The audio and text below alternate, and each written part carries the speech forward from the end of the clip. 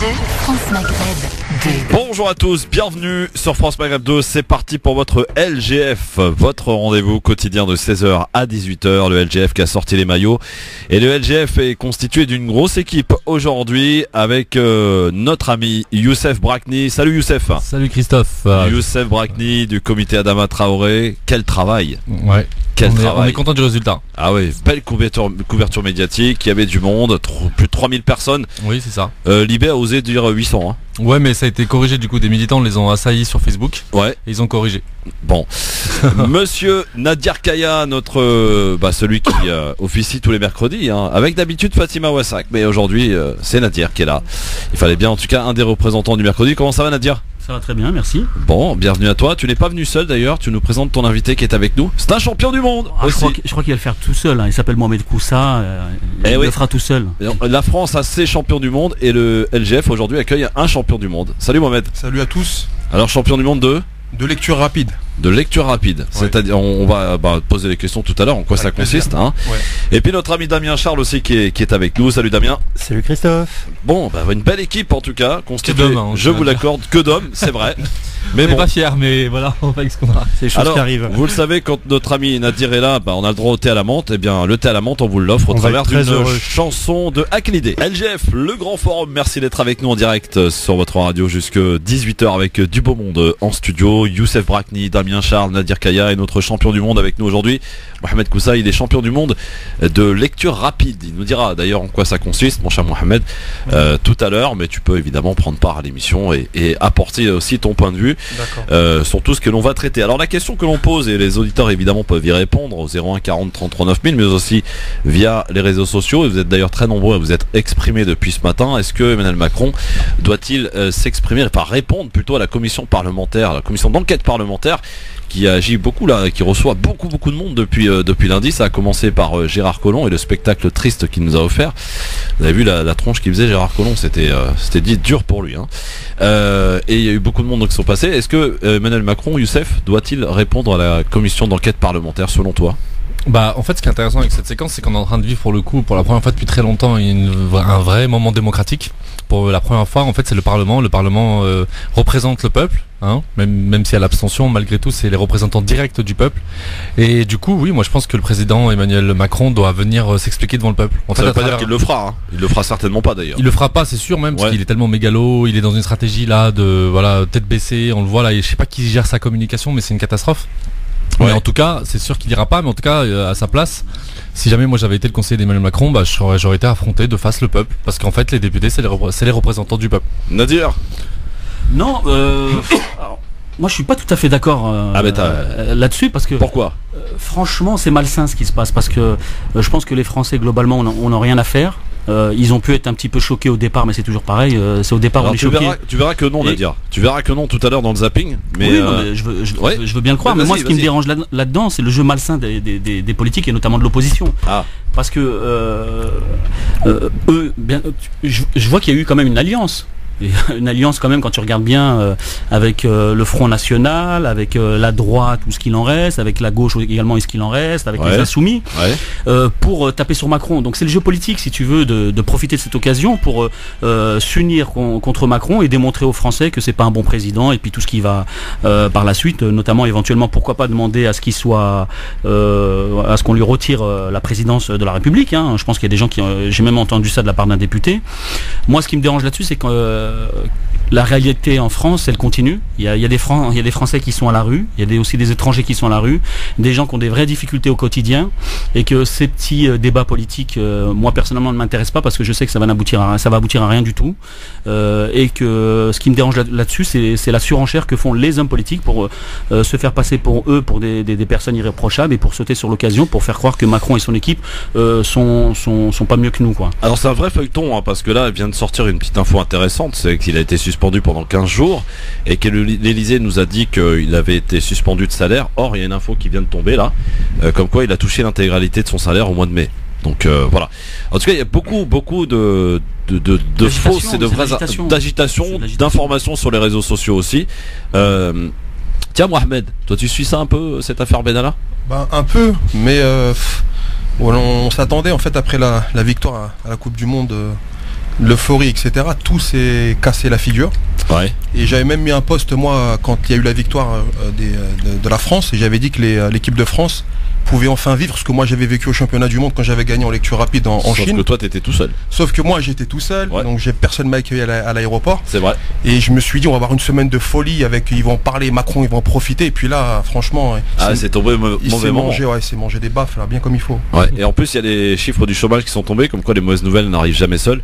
Le chômage est en augmentation, c'est ce qui vient de tomber à midi. Damien, sur Macron, sur le fait qu'il doit ou pas d'ailleurs aller s'exprimer devant la commission d'enquête parlementaire, est-ce que ça te paraît logique ou t'es plus du côté de Nadir qu'il faut calmer le jeu, il faut arrêter le délire quoi? Alors je suis absolument pas d'accord avec Nadir, malgré tout le bien que je pense de mon voisin, et je suis à 3/4 d'accord avec Youssef.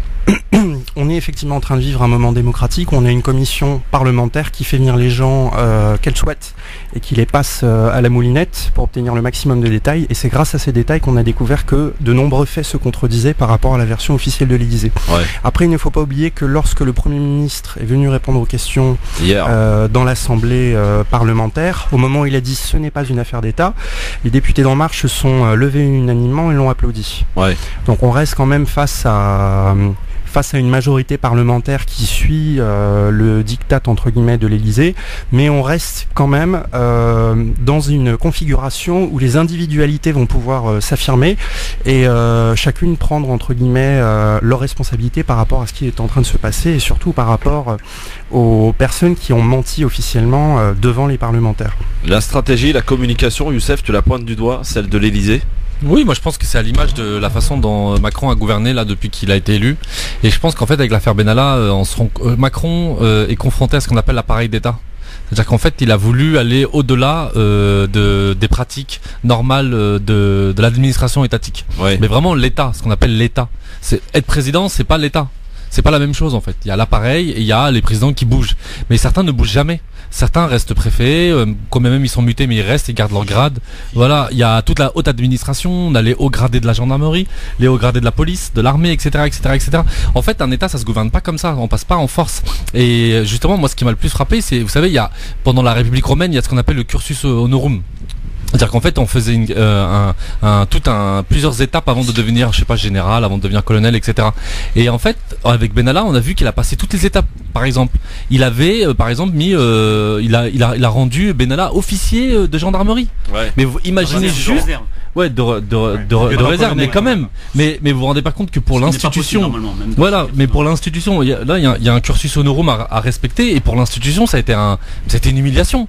La façon dont il y a eu aussi une polémique avec la gendarmerie à l'aéroport à l'arrivée des Bleus. Oui, absolument. Où il a humilié aussi pareil. C'est d'ailleurs de là que c'est peut-être parti. Hein. Oui, c'est peut-être de là que c'est parti parce qu'ils ont immédiatement alerté leur hiérarchie militaire, etc. Mais ça, moi, je pense que Benalla c'est juste la partie immergée de l'iceberg et je pense qu'il a mis des gens comme ça tout autour, des personnes proches de la société civile qui ont dû, à mon avis, bousculer l'appareil étatique, qui ont voulu aller trop vite, qui ont voulu aller au-dessus de tout. Et franchement, l'image où il met un brassard comme ça, police, où il frappe, etc. Un homme à terre qui ne présentait pas de danger, etc. Bah voilà, c'est un peu, moi je trouve que c'est vraiment symbolique de la façon dont a gouverné Macron jusque-là. Moi Christophe, je voulais juste rajouter une chose sur la communication.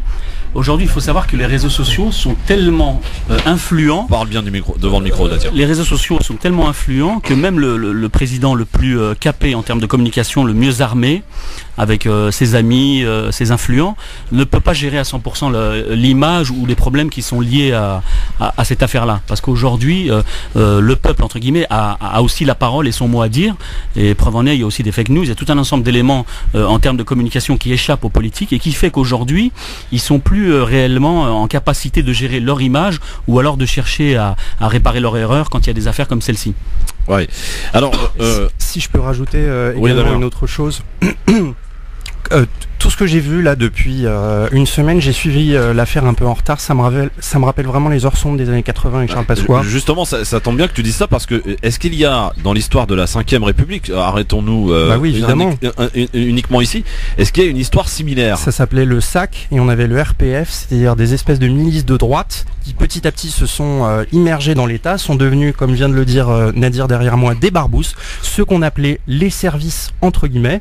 Et ces barbouzes, en gros, gros, faisait le sale job que les policiers officiellement et légalement ne pouvaient pas faire, mais en coopération avec la police, quitte à parfois faire des intrusions. Et là, voilà, on n'a pas affaire à des services secrets officiels qui collaborent avec la DGSI, la DGSE, enfin qui travaillent pour la DGSI et la DGSE, mais qui sont là en collaboration. Et on doit quand même rappeler que ce Benalla était dans la cellule opérationnelle après l'affaire de Trèbes et du supermarché. Ouais.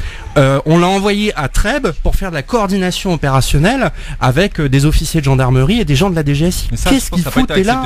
Qu'est-ce qu'il foutait là, sérieusement ? Le corps de gendarmerie, ah bah oui, police, ça n'a pas été accepté. C'est absolument pas digérable. Il a aucune légitimité à faire du contre-terrorisme avec d'autres. Mais qui a fauté finalement dans cette histoire ? Est-ce que quand on dit que, d'ailleurs il le dit lui-même, le seul responsable c'est moi, Emmanuel Macron est responsable de toute cette affaire ? Ou il y a des choses qui lui ont échappé peut-être ? Mais c'est lui qui l'a nommé. Ouais. C'est lui qui lui a donné ses fonctions. C'est lui qui a validé, qui a fait passer les ordres, qui lui a donné tous ses passe-droits. Je veux dire, c'est qui sinon le responsable ? Christophe, moi là-dessus, franchement, on n'en a rien à faire de savoir qui a fauté, parce que c'est un règlement interne. Voilà, c'est différents services qui se tapent dessus aujourd'hui pour avoir une certaine légitimité. Oui, mais c'est bien parti de quelque part, Nadir. Non, ce qui est intéressant dans cette affaire, c'est qu'il y a un système qui existe en France depuis des années. Ça date pas de Macron. Oui, ça, d'accord. Où il y a une république, on va dire, secrète. Voilà, il y a des gens qui influent de façon inacceptable, qui sont capables de vie ou de mort. Ça, c'est une réalité. Bon, là, il n'y a pas eu de mort, mais on voit qu'il y a des gens qui agissent dans l'ombre, je dis pas qu'ils se croient tout permis, parce qu'ils sont tout permis. On l'a vu avec ces différentes accréditations. Il y a une réalité. Moi, ce qui m'intéresse plutôt que le débat politique, c'est vraiment de dire, voilà, il faut dénoncer ce système, il faut laisser les journalistes faire leur travail et démanteler un petit peu cette république opaque qui existe et qui fait du mal aux Français, parce que elle agit sans la considération et sans l'aval des Français, et elle nuit à la République parce que elle a des agissements qui sont anti-républicains, antidémocratiques. Alors je vais poser peut-être ma question autrement et différemment. Est-ce que c'est l'inexpérience politique d'Emmanuel Macron ? On rappelle quand même, c'est un parmi les dinosaures de la politique, Sarkozy, Chirac, même Hollande d'ailleurs. Emmanuel Macron est quand même le dernier arrivé, tout jeune, il vient du milieu de la banque. Est-ce que c'est son inexpérience qui a permis... Le pauvre, il est jeune. Non mais attendez, est-ce que c'est ça qui a permis aujourd'hui que cette affaire éclate ? Parce que, soyons sérieux, ce genre de scandale, ça a toujours existé, sauf que ça ne se savait pas. Non, après c'est clair que le fait que, moi ce que on se disait la dernière fois, c'est-à-dire que Macron c'est le seul aujourd'hui, ça fait très longtemps, enfin même je crois qu'il n'y a jamais eu un président de la République qui n'est pas issu du système politique. Oui. C'est-à-dire que la plupart, Chirac, Sarkozy, comme je disais, Sarkozy c'était fait avec Balladur, Chirac il a été ministre déjà sous De Gaulle, faut pas l'oublier, il était ministre de l'Agriculture. Ouais. Sont des Mitterrand, j'en parle même pas. Oui. Ce sont tous des personnages politiques qui ont fait leur carrière politique d'abord, et qui sont du système. Comme j'ai dit encore tout à l'heure, en passant par des étapes. Souvent ils sont dans les cabinets, ils sont ministres, après ils deviennent Premier ministre, etc. Lui Macron, il vient de Rothschild et bim, il est directement débarqué à Bercy, puis après président de la République du jour au lendemain. Ouais. Effectivement, moi je pense qu'il avait pas tous les réseaux, tous les relais que pouvait avoir dans l'administration, par exemple, des anciens du système de l'appareil d'État. Et donc il apparaît comme le jeune loup qui veut. C'est pas son expérience. Moi je pense que c'est pas le fait qu'il soit inexpérimenté, mais plus le fait qu'il n'ait pas tous les réseaux et tous les soutiens que peuvent avoir par ailleurs d'autres. Même Mélenchon, faut pas l'oublier, c'était l'homme de Mitterrand. Oui. Ah oui, bien sûr. Mélenchon, il est pas hors système. Ouais. Bien sûr. Mais malgré tout, oui, Mohamed. Si je peux me permettre. Hein. Bien sûr, permets-toi. En fait, on n'est pas ici. Même s'il a de l'inexpérience, il appartient quand même. Il y a des gens derrière lui qui sont des vieux loups quand même de la politique, qui ont été des conseillers de plusieurs présidents avant lui. Oui. Et que voilà, eux en expérience politique, ils s'y connaissent très bien. Il en fait que à sa tête visiblement. Il peut avoir une marche de manœuvre. Mais c'est un peu le jeune loup qui essaye aujourd'hui de casser mon système. Avec Gérard Collomb, il s'entend pas du tout. Moi, je pensais plus à des gens comme Alain Minc, par exemple, qui sont des experts en politique, ou Jacques Attali, qui sont des experts. Voilà. Ouais, mais ils sont pas vraiment dans l'Élysée. Ils sont pas l'Élysée. Ils sont dans les arcanes, mais ils sont surtout dans le conseil d'influence. C'est des lobbyistes. C'est plus des gens d'influence qu'ils voient dans un dîner ou je sais pas. Mais c'est surtout ces gens-là qu'a côtoyé Macron quand il était conseiller spécial de l'Élysée. C'est-à-dire, il n'a pas été en contact directement avec ce qu'on appellerait les services opérationnels, les colonels de gendarmerie, les services secrets, etc. Ouais. Donc tous tous ces gens-là lui ont été présentés au dernier moment quand on s'est dit ça y est, il est dans la ligne droite. En tout cas, eux, il sera président. Quand on regarde les différents reportages, on a l'impression, enfin quand on les écoute, que c'est eux qui l'ont fait monter. Et ils se vantent même de dire Macron, s'il est président, c'est parce que nous on l'a poussé, on l'a mis bien devant. Sûr, mais les médias l'ont parfois c'est bien un aidé. Marketing. Ah, oui. Après les médias se sont bien retournés. Et là aujourd'hui, ils se retournent. Bah oui, c'est qui, c'est Alain Minc. Non, les derniers, les déclarations dans la presse qui disaient qu'on vit une véritable insurrection en ce moment, alors que. Oui, c'est Alain Minc qui l'avait dit qu'il y avait trop d'inégalités, etc. Il y a Jacques Attali aussi, quelque part. Vous avez suivi l'article de Jacques Attali, il est un peu menaçant même d'ailleurs. Jacques Attali, il l'a bien attaqué quand il était à Calais. Et pourtant, ils étaient bien. Et là, il l'a réattaqué complètement là, en lui disant fais attention. Voilà. C'est pour ça que je te dis, il y a un jeu politique qui est malsain parce que voilà. Mais est-ce qu'elle va faire shit cette affaire? Elle le fera parce que le système aujourd'hui fait que c'est du fast-food. Comment va s'opérer la transition, selon vous, hein? Comment on va s'opérer la transition par rapport à cette affaire, parce qu'il va falloir passer des affaires dans les affaires. C'est pas ce qui va manquer, les affaires. Les nouvelles révélations qui vont continuer finalement d'alimenter ce feuilleton. On peut parler d'un véritable feuilleton. On va passer à autre chose. Aujourd'hui, les Français sont friands d'affaires comme ça, les politiques aussi. Et puis les commissions parlementaires, ça fait vraiment style américain. Ouais, et puis il faut les faire travailler. Après, il faut justifier un petit peu. Il y a pas longtemps, Mark Zuckerberg qui a été auditionné. Et là, ça prend une tournure un peu américanisée. Ouais, mais du coup, je trouve qu'ils sont en avance sur nous sur ça. Les Américains. Bah oui. Ils sont en avance sur nous dans tout, les Américains. Si je peux me permettre, il faut quand même qu'on revienne à ce que disait le King de l'époque, qui s'appelait Charles Pasqua. Pasqua disait faire une affaire dans l'affaire. Exactement. Charles Pasqua disait pour étouffer une affaire, on crée une affaire dans l'affaire, et si celle-là marche pas, on crée encore une nouvelle affaire dans l'affaire de l'affaire. C'est comme ça qu'il a tapé sur l'affaire de Malik Osekine, qu'il a tenté de la tuer. Absolument, Malik Osekine en 86. Ouais, 86. C'est ça, oui. Allez, le zapping, messieurs, et vous allez voir qu'il y a du lourd dans le zapping. Le Grand Forum, le zapping sur France Maghreb 2. Et vous avez peut-être entendu un bébé derrière dans les micros. On salue Maïssa Leroy qui est dans nos studios et qui a emmené sa toute petite fille qui a 2 mois même pas. Non, c'est mort, hein, ça y est. Salut Maïssa, ça va? Salut, ça va et toi? Alors comment s'appelle-t-elle cette petite Bouchou? Bayenne. Bayenne. Ouais. Alors les gars, elle est magnifique, hein? Elle est magnifique. Ouais. Moi je le dis objectivement. Machallah. Très objectivement. Alors tu vois Mohamed, tout ça c'est grâce à toi. Hein. Ah bon? Ah oui. Ouais, je suis venue comment ça se fait? On a averti l'équipe que tu viendrais et donc du coup il y a Maïssa et Nargis et vous. Ah ouais? Voilà. Tout le monde est venu. C'est bien. Ça fait plaisir. C'est impressionnant. Non, mon mari il a fait une formation avec lui. Ah d'accord. Ouais. Voilà. Tout à fait. Super. Ah oui, non mais attendez. Ah oui, c'est la grande famille, hein. J'avoue, j'étais out, mais j'étais trop dans les violences policières. Je ne connaissais pas, donc je vais venir vous présenter à Youssef. C'est ça. Mohamed Koussa qui, je le rappelle, est champion du monde lui aussi. On en a beaucoup moins parlé que les Bleus.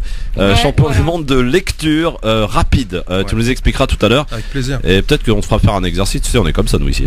Alors fais gaffe. Alors ma chère Maïssa, écoute, sois la bienvenue et puis tu reviendras aussi vendredi avec la très belle Nargis. Voilà, c'est ça. Hein, t'es toujours aussi belle Nargis. Alors Nargis, pourquoi tu te caches derrière la porte? Retour à notre zapping. Emmanuel Macron, comme je disais tout à l'heure, est sorti du silence en allant rencontrer sa famille politique à Paris. Il a pris la parole, s'est exprimé. Voici ce qu'il a dit. Depuis 1 an, il n'y a eu qui que ce soit protégé ou soustrait aux règles, aux droits de la République. Car c'est ce que nos concitoyens attendent de nous. Et s'ils cherchent un responsable, dites-leur chaque jour, vous l'avez devant vous. Le seul responsable de cette affaire, c'est moi. S'ils veulent un responsable, il est devant vous. Qu'ils viennent le chercher, qu'ils viennent le chercher, qu'ils viennent le chercher. Voilà, le seul responsable, c'est moi. Dites-leur à tous ces médias, hein, c'est ce qu'il est en train de dire donc à tous ces militants, à tous ces députés En Marche, toute sa famille politique. Il veut la confrontation. Voilà, donc qu'ils viennent me chercher. Du coup, il y a le hashtag qui est né ce matin. Allons chercher Macron. Est-ce que la stratégie est bonne, les gars, pour Emmanuel Macron, sortir du silence comme ça, par surprise, en allant à ce rassemblement de la famille politique d'En Marche, pour prendre la parole et pour dire effectivement, c'est moi le responsable, j'assume tout. Elle est excellente. Elle est excellente. Oui, parce que quand il était à l'ENA, Macron a lu un livre qui s'appelle Mythes et mythologie politique. Et là, il est en train de pratiquer un des 5 mythes politiques, qui est celui du sacrifié. C'est-à-dire se mettre sur le devant de la scène parce que c'est celui qui risque le moins, tout simplement parce que c'est lui qui a le moins de connexion avec l'affaire, pour éviter de faire sauter les autres. Parce que là, le directeur de cabinet, il est mort dans le film, l'adjoint directeur du cabinet, il est mort dans le film, le colonel de gendarmerie responsable du GSPR, il est mort dans le film, et Giboulin, le responsable de la circulation et de l'ordre public, il est en très très grosse difficulté. Donc là, tout le monde est censé sauter normalement. Ouais. Et alors Collomb, n'en parlons pas. Ça sent le remaniement ministériel. Donc plutôt que tout le système saute et que donc on soit face à une délégitimation totale de l'Élysée et un risque de motion de censure, ils préfèrent se jeter sur le devant de la scène et dire attaquez-moi, et puis une partie de l'opinion publique va s'en saisir en disant mais non, ça reste un bon président, tout ça il savait pas, c'est compliqué la vie, et on passe à autre chose. Donc stratégie payante pour toi. Ah oui, parfaite. Ouais. De toute façon, il n'a pas d'autre choix. Et puis après, il ira faire un peu d'international, visiter quelques pays. Et comme dirait Nadir, on passe à une autre affaire. Ouais. Youssef, la stratégie, elle est bonne ? Non, moi je trouve pas. Moi je trouve que depuis le début, il gère très mal. Il est vraiment dans, je te dis, la tête baissée. Il est dans une logique de confrontation en fait. Moi je pense qu'il est très sûr de lui. Il est sûr de son pouvoir, de son assise. Comme j'ai dit, il a une très haute estime de sa personne. Et ça se voit comment il parle, comment il mène les réformes. Par exemple, il passe au-delà du Parlement, il fait par ordonnance, etc. Voilà. Souvent c'est un président en fin de règne qui fait à la bonne école avec le 49.3 sous Valls. Voilà, mais sauf que souvent c'est en fin de règne qu'on fait ça. C'est quand on va aller vite, que le mandat, le temps est compté, etc. Là, il le fait dès le début, etc. Moi, je pense que c'est un président très autoritaire. Et moi, pour vivre les manifestations depuis le début, je suis dans le mouvement social aussi. Ouais. Et c'est ultra violent. Ouais. C'est-à-dire que les ordres, ils sont clairs. Enfin, je milite depuis un moment et j'ai déjà fait d'autres mouvements sociaux. Je pense par exemple au CPE, etc. C'était pas comme ça. Moi, je me souviens. On pouvait faire plein de choses. C'était beaucoup plus light. Il y avait un seuil de tolérance qui était beaucoup plus grand qu'aujourd'hui. Aujourd'hui, ça castagne fort, quoi. Et l'image de Benalla qui a frappé le manifestant au sol, mais ça, la police, elle l'a fait en 10 fois pire. Enfin, pendant le mouvement social, dans des manifestations avec des crânes ouverts, etc. Et je compte pas les morts. Techniquement, il savait pas s'y prendre. Hein. Qui ? Non, en plus, c'était nul.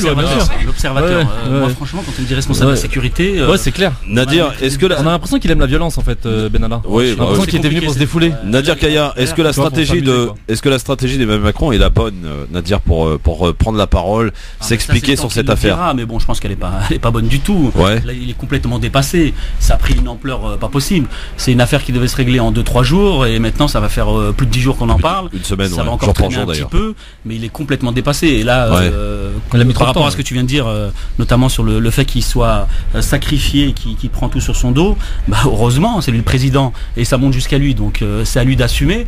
Après, qu'est-ce que ça va donner, je sais pas, mais comme je te dis, moi, à mon simple niveau, j'en ai rien à faire parce que ça va pas changer mon quotidien et ça va pas changer notamment les problématiques qui sont liées au quartier populaire et à plein d'inégalités et de discrimination.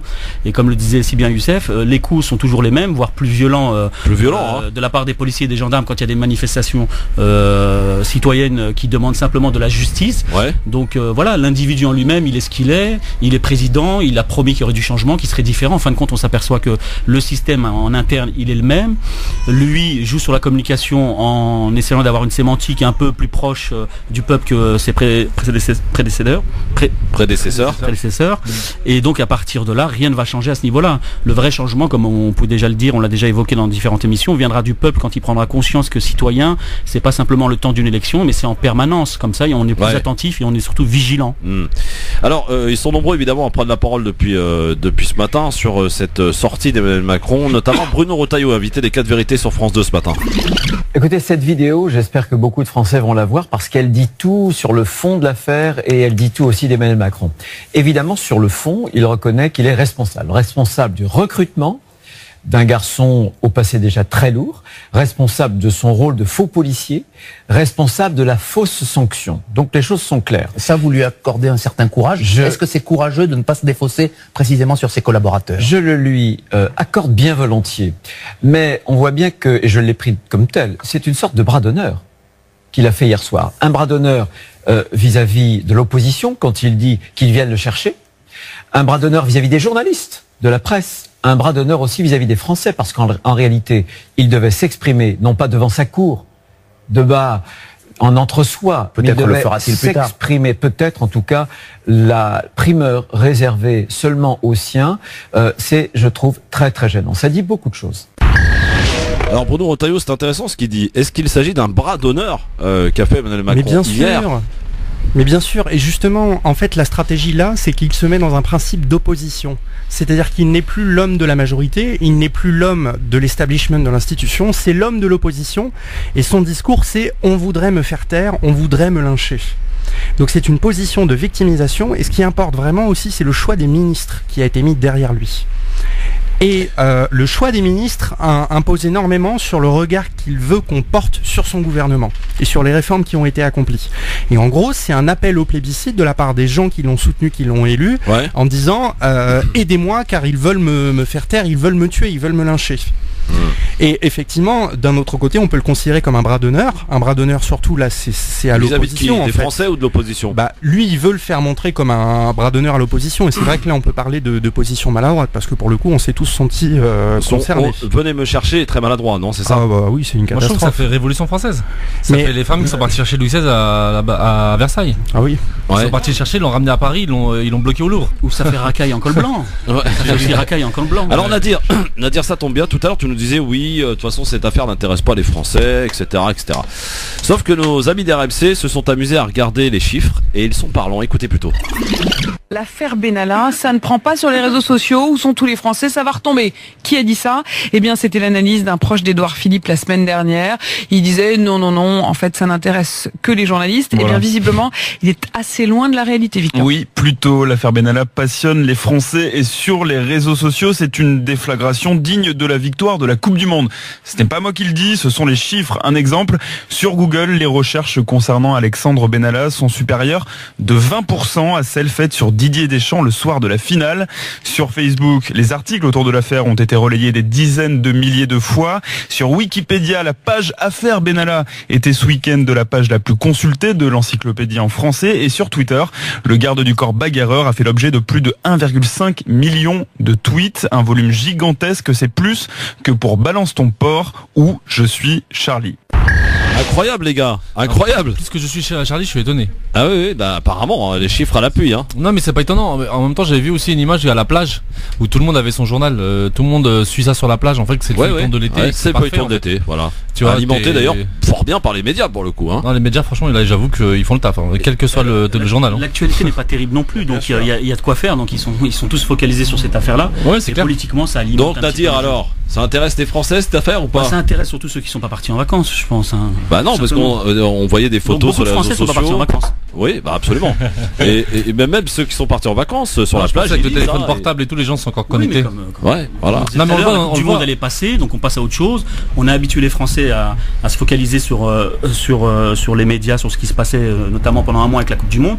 Donc là, peut-être les Français souhaitaient avoir encore un prolongement, mais bon, comme je te disais, je pense qu'on va passer à autre chose dans pas très longtemps. Et nous aussi, on va passer à autre chose. Nadir a raison sur le point du storytelling, de dire qu'on est toujours dans une projection où une affaire en appelle une autre, un scandale en appelle un autre, etc. Mais là, ce qui est vraiment important, c'est que à la suite de la Coupe du Monde, on attendait un état de grâce, et durant cet état de grâce, le Parlement devait voter la révision constitutionnelle. Je dirais bien comme une andouillette à la poste. Mais là, avec les demandes de motion de censure, les motions de censure évidemment ne seront pas validées parce qu'il n'y aura pas de majorité, mais ça renvoie obligatoirement, puisqu'il va devoir y avoir un débat, une confrontation du gouvernement à l'Assemblée, ça renvoie obligatoirement la discussion sur la révision constitutionnelle en septembre. Et c'est un agenda qui est très mauvais pour le président, parce que c'est l'agenda des syndicats et c'est surtout l'agenda de la rentrée. Dans un instant, on va aussi changer de chapitre et on va s'intéresser au comité Adama qui a organisé une marche samedi dernier à Beaumont. D'ailleurs, je vois qu'une large équipe du LGF était présente. Damien, Nargis, Anan, il y avait d'autres encore, Fatima Wassak, bien sûr. Et beaucoup d'invités du LGF qui sont déjà venus y étaient. Absolument. Et donc, on en reparle parce que il y a peut-être après marche Adama. Il y a quelque chose qui s'est passé, Youssef. On en reparle dans un instant parce que tu n'y es pas étranger, évidemment. À tout de suite. LGF, le grand forum, on est là avec une grosse équipe aujourd'hui. L'artillerie lourde est là, en tout cas avec Youssef Brakni, notre prof d'histoire, notre deuxième prof d'histoire, Damien Charles, et notre militant des quartiers populaires aussi, au travers de son association Banlieue Plus, le président, monsieur Nadir Kaya. On salue également notre petite Nargis qui est avec nous, étudiante en histoire, décidément. Ça ne s'invente pas. Et notre Maïssa nationale, Maïssa Leroy aussi, qui est dans les parages, venue nous présenter sa petite Bayenne. Et elle sera d'ailleurs avec nous au micro vendredi. Voilà. Alors, on va maintenant parler de ce qui s'est passé samedi, parce qu'il s'est passé quand même quelque chose d'extraordinaire, Youssef. Le comité Adama qui s'est constitué donc après le terrible drame qui s'est produit à Beaumont-sur-Oise, c'est l'assassinat, on peut le dire, on peut parler d'assassinat de Adama Traoré, une famille qui vit une véritable tragédie, parce que l'affaire Adama est résumée en un mort et 5 prisonniers, 5 frères, et donc un comité a été constitué. Tu en es d'ailleurs le porte-parole, Youssef, et depuis 2 ans donc vous militez, vous faites organiser différentes actions pour faire reconnaître la vérité concernant ce qui s'est réellement passé, concernant donc la mort d'Adama Traoré le jour de son 24e anniversaire. C'était le 19 juillet 2016. Et donc différentes marches ont été organisées, vous avez fait différentes actions, et samedi, une grande marche était organisée à Beaumont-sur-Oise, et vous avez fait donc gros tapage pour le coup.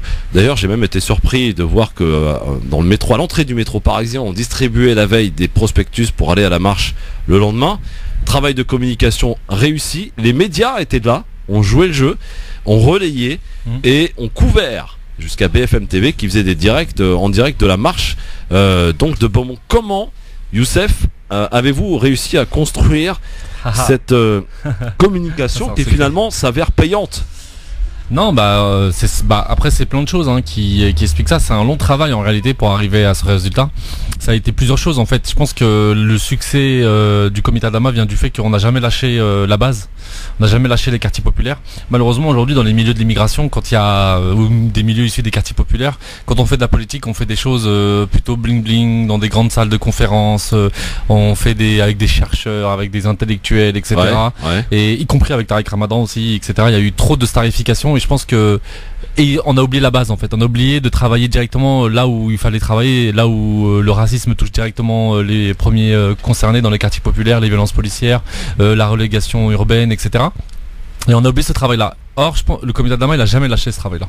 Il a jamais lâché ce travail-là à tel point que même un mois avant le 21 juillet, on était déjà en train de faire une tournée dans tous les quartiers d'Île-de-France. Pas tous, on n'a pas pu tous les faire. Mais on avait posté un appel sur Facebook. On a dit voilà, cette année, on viendra dans votre quartier, ça sera vous. C'est vous qui allez faire l'appel au 21 juillet. Et ça, c'était important en fait. On leur disait voilà, c'est votre marche en fait. En fait, c'est de retourner à la base. Concerné. Voilà, retourne à la base. Et on a été à Clichy-sous-Bois. D'ailleurs, on avait été accueillis par les frères de Bouna Traoré. Donc Siaka Traoré et Gay Traoré. On a été à la Grande Borne à Grigny, on a été à Sarcelles, Garges, dans le 18e la Goutte d'Or, les 4000 à la Courneuve, on a été partout et on a eu plein de demandes, on n'a pas pu tout faire, on n'a pas pu faire Creil, on n'a pas pu faire Beauvais, etc. Mais on le fera, à la rentrée on va reprendre ce travail et on est venu directement essayer de mobiliser ceux qui étaient directement concernés par les violences policières. Ça c'est une chose. La deuxième chose qui a à mon avis été un gros succès, c'est le fait que des militants dont moi, on a fait le travail d'aller se confronter à la gauche, d'aller se confronter au mouvement de gauche, parce que pour moi la droite est exclue, le parti socialiste aussi. Je parle vraiment de la gauche, celle qui se définit comme étant progressiste et sociale. Et donc on a été se confronter directement à eux. Et donc je rappelle que l'année dernière, quasiment jour pour jour, au mois d'août, j'avais été aux universités d'été de la France Insoumise. À l'époque, tout le monde me disait mais ça va pas, qu'est-ce que tu vas faire là-bas, etc. Tu vas te faire récupérer. Et moi je disais non, moi je vais tenir un discours. Damien était là, était présent. Je vais tenir un discours clair, net, politique. Je vais revenir sur l'histoire des luttes de l'immigration, revenir sur notre histoire, revenir sur ce qui fait notre spécificité, revenir sur la spécificité des violences policières qui touchent les quartiers populaires, ce qui n'est pas la même violence que celle qui touche le mouvement social. Et voilà, et tenter de créer des clivages, créer des lignes de fracture au sein de la gauche pour pouvoir les forcer en fait à prendre position. Et résultat, quasiment tous les députés de la France Insoumise étaient là. Pareil pour Génération S de Benoît Hamon était là, les Verts, le secrétaire national était là. Il y a eu le Parti communiste, le NPA, etc. Et l'autre troisième point, ça a été aussi de s'imposer dans le mouvement social, de dire au mouvement social, donc aux cheminots, aux postiers, aux étudiants en grève, etc. On leur a dit, en fait, les violences policières, c'est aussi le mouvement social. Les crimes et les morts des policiers commis par les policiers et les gendarmes, ça appartient au mouvement social aussi.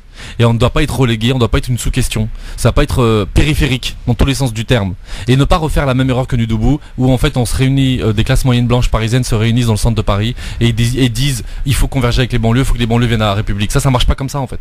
Ça marche pas comme ça quand dans le même temps, quelques mois après Nuit debout, quelques mois après, il y a eu la mort d'Adama Traoré et qu'on a vu personne de ce mouvement social venir massivement soutenir la famille Traoré. Et donc là, ça a été des coups de pression, ça a été y a le braquage du 26 mai aussi. Voilà, alors justement, j'allais dire, est-ce que le braquage du 26 mai faisait aussi partie de cette stratégie? Clairement, bien sûr. Et comment avez-vous réussi justement à faire venir les médias? Est-ce que les médias, parce que là je sais, Youssef, tu me le disais toi-même en off, que vous avez été pris d'assaut pour les 10h du matin. Voilà, ça a été un truc de fou, quoi. Ouais, ça a été extrêmement couvert et pourtant c'est une affaire qu'on tente de masquer du grand public depuis le début. Oui, mais là il y a eu un tournant. Oui, c'est parce qu'en fait c'est grâce à notre activisme. Le 26 mai, on avait déjà fait la une de tous les médias le 26 mai, donc effectivement c'était ce qu'on a appelé nous le braquage de la marée populaire. Ouais. C'est-à-dire on est rentré par effraction dans le mouvement social. On s'est dit à un moment donné, vous voulez pas nous voir, et en fait on va vous forcer à nous regarder. Et donc on a pris le cortège de tête. On a pris le cortège de tête avec l'AFA, l'Action Antifasciste Paris Banlieue, qui sont nos alliés, et donc le cortège de tête qui était souvent investi par le Black Bloc, qui a été je rentre pas dans ça, mais en tout cas bref, quand nous on y était, le Black Bloc s'est tenu à carreau. On était on a pris le contrôle de cette marche, et l'idée c'était de créer un rapport de force vis-à-vis du mouvement social et de la gauche qui était derrière nous, et de l'État qui était face à nous, représenté par les gendarmes, les policiers, Alexandre Benalla, etc. Parce que vous avez été aussi à la rencontre des étudiants lors de leur grève en fac. Oui, bien sûr. On a été à Tolbiac, on a été à Nanterre, on a été à Paris 8. Tout ça c'est du travail en fait. Ouais. On est venu soutenir les étudiants, et à chaque fois on leur a mis, on a essayé de montrer leur angle mort, leur manquement vis-à-vis de ces questions-là, et ça a marché, parce qu'encore une fois il y avait les étudiants le 21 juillet, ils étaient là, il y avait les postiers, il y avait comment ils s'appellent, les syndicalistes d'Air France. J'étais étonné parce qu'on les a, pour le coup on n'a pas trop été en contact avec eux. Bref, il y avait vraiment tout le monde, et ça c'est le travail qui paye en fait. Alors c'est Alliance, oui. C'est fructueux, c'est fructueux tout ça, mais concrètement qu'est-ce que ça a apporté? Est-ce qu'il y a eu peut-être une volonté d'ouvrir de nouvelles enquêtes, de faire de nouvelles choses depuis le 21 juillet? Pour le moment, parce que du coup là on est passé à la deuxième phase du discours, c'est-à-dire que jusque là le comité Adama, maintenant la communication officielle, c'est que on a cru en la justice. Ça fait 2 ans. 2 ans que les gendarmes n'ont toujours pas été entendus, ils n'ont pas été inquiétés, ils ont été mutés dans le sud. D'ailleurs j'ai vu que vous avez sorti les noms des gendarmes. On a sorti les 3 noms. On a sorti les 3 noms des gendarmes mis en cause. Des gendarmes mis en cause qui ont interpellé Adama Traoré. On a sorti le nom qui se sont mis à 3 sur lui, qui se sont assis sur lui à 3, qui l'ont étranglé selon leurs propres mots juste après, dans leur déposition quoi. Donc il a pris le poids de 250 kilos sur lui. Les 3 gendarmes on a rendu public leur nom. Les juges aussi on a rendu public leur nom, parce qu'à un moment donné là il y a carrément un déni de justice. Il y a une volonté d'étouffer, et je dis bien étouffer, ça renvoie à l'asphyxie, d'étouffer l'affaire, de tuer une seconde fois Adama Traoré. Et donc comme on l'a dit, le déni de justice c'est un appel à la révolte. Avant de donner la parole à Damien et Nadir, qui ont aussi quelque part leur expertise à apporter peut-être, ou leur point de vue sur cette communication, sur cette nouvelle stratégie du comité Adama. Enfin nouvelle je sais pas d'ailleurs, mais ça fait peut-être partie de la suite des choses évidentes. En tout cas, est-ce que les médias, en fait quand les médias viennent à vous, Youssef, vers le comité pour médiatiser cette affaire, quel est leur objectif d'après toi? En fait il faut savoir qu'il y a eu un rapport de force qui a été instauré avec les médias. En fait, dès le début, dès la mort d'Adama Traoré, au départ, les médias reprenaient telle quelle la version officielle du parquet de Pontoise, qui avait cherché à maquiller comme on l'a vu dans plein d'affaires. Exactement, comme Aboubacar Fana, comme à chaque fois. Et tout de suite, Assa Traoré notamment, et d'autres membres du comité, il y a eu un rapport de force qui s'est instauré. On a pris d'assaut les réseaux sociaux. Il faut savoir que le comité Adama, il est sur tous les réseaux. Il est sur Twitter, il est sur Facebook, il est sur Snapchat, il est sur Insta, il est partout où on peut être. Et à chaque fois qu'il y a eu une version officielle qui a été donnée, tout de suite il y a eu un démenti, tout de suite il y a des vidéos live, tout de suite il y a eu des communiqués. Et en fait on a usé des nouveaux outils de la nouvelle génération, et en fait on les a débordés, on les a dépassés. Il y a des vidéos qu'on a pu faire sur la page où on arrive à des 500 000 vues. On arrive à 500 000 vues. À un moment donné on fait autant qu'un petit média. Donc à un moment donné ils ont été forcés. C'est le rapport de force qui a fait le rapport de force qui s'est imposé et qui a fait effectivement que vous soyez aujourd'hui. Alors cette couverture médiatique va s'estomper peut-être, évidemment, parce que les vacances arrivent. Oui, bien sûr. Est-ce qu'il y a d'autres, sans dire quoi, sans révéler de quoi, que vous préparez-vous, est-ce qu'il y a d'autres grandes actions qui sont prévues? Oui, bien sûr. Il y a une date, c'est le 30 septembre. Donc là, faut savoir que la synthèse d'expertise qui a été demandée par les gendarmes a été reportée 3 fois quand même. 3 fois pour une synthèse d'expertise. Donc voilà, on sent qu'ils veulent faire jouer le temps, etc. Et c'est pour ça que 2 ans après, c'était important d'être encore plus nombreux que l'année dernière. L'objectif est atteint. Démonstration de force. L'objectif est atteint parce que toutes les affaires de violence policière, ça redescend toujours. C'est inéluctable, c'est comme ça. Nous, on a montré le contraire, on a prouvé le contraire.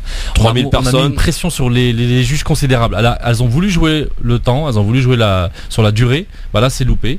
Et donc le 30 septembre c'est la nouvelle date. Il y aura, j'espère qu'il y aura plus de report et qu'ils vont enfin rendre cette synthèse d'expertise. Et c'est clair qu'on prépare de très grosses actions pour la rentrée. Très grosses actions pour la rentrée. Tiens, je vais demander à Nadir qui est pas mal, qui est militant hein, dans les quartiers, ton association Banlieue Plus. Comment tu vois, de quel œil tu vois un petit peu cette stratégie qui s'opère autour du comité Adama, cette marche qui a réuni quand même, rappelons-le, plus de 3000 personnes du côté de Beaumont-sur-Oise, c'est quand même assez loin de Paris. C'était un samedi après-midi, il faisait super beau, donc les gens ont plus tendance à aller dans les places de loisirs ou même partir en vacances. 3000 personnes un 21 juillet, où beaucoup d'ailleurs sont partis. Et surtout, toute la classe politique était présente, en tout cas toute la gauche était présente, même le Parti Socialiste, parce que rappelons quand même que la mort d'Adama Traoré a été sous le régime socialiste, hein, Bernard Cazeneuve, hein, on s'en souvient, le ministre de l'Intérieur, et bien même les socialistes étaient là, bon, peut-être pour faire de la récup, mais bon, ils étaient là en tout cas. Pour faire de la récup. France Insoumise, Écolo, enfin tout le monde était là. Nadir, de quel œil tu vois toute cette stratégie opérée par le comité ? Ce que je veux dire déjà dans un premier temps, c'est super, parce que quand on sait la difficulté qu'on peut avoir à rassembler les gens dans les quartiers populaires, parce que dans les quartiers populaires on est des grandes gueules hein, globalement, mais quand il s'agit de se réunir, et notamment pour des causes aussi nobles que celle-ci, c'est-à-dire demander la justice tout simplement, c'est très difficile. Donc quand on voit le résultat, on imagine très bien qu'il y a un vrai travail là-dedans, et je les félicite. Et voilà, je pense qu'ils ont pas mal de soutien, mais c'est pas suffisant, parce que moi ce qui me désole, c'est qu'on tue encore aujourd'hui, et qu'il y a régulièrement, je poste et je partage des vidéos de petits jeunes qui se font massacrer par des policiers comme ça, tout simplement, gratuitement, et c'est de plus en plus important. Et voilà, je pense que c'est dangereux pour la République, parce qu'à force de délaisser tous ces citoyens et de faire croire que ce sont des citoyens différents, je suis partisan de croire aujourd'hui que ça peut sauter à n'importe quel moment. Je disais pas ça à une époque, mais quand je vois un petit peu sur les réseaux sociaux toute cette violence qui existe, à un moment donné on peut pas demander à des enfants qui ont 15 ans, 16 ans de se faire taper comme ça de façon inacceptable, et d'accepter la chose comme ça.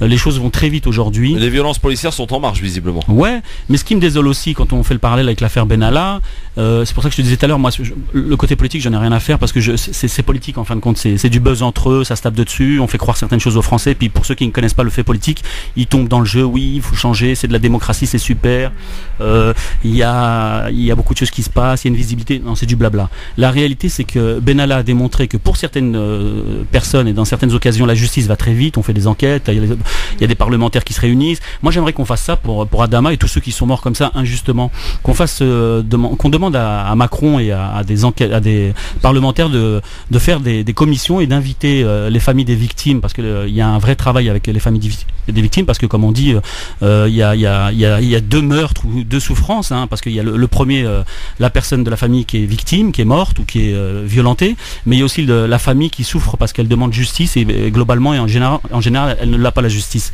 Donc moi j'aimerais que les parlementaires, que les médias mettent réellement le focus sur cette réalité du quotidien qui violente une partie de la population française, et qu'on donne les mêmes droits à ces Français-là, et surtout la même attention. Voilà, est-ce qu'il n'est pas peut-être, je me retourne vers Youssef, envisageable peut-être que tous ces comités, parce qu'il y en a beaucoup hein, autour de différents cas, s'unissent peut-être? Parce qu'on dit toujours que l'union fait la force.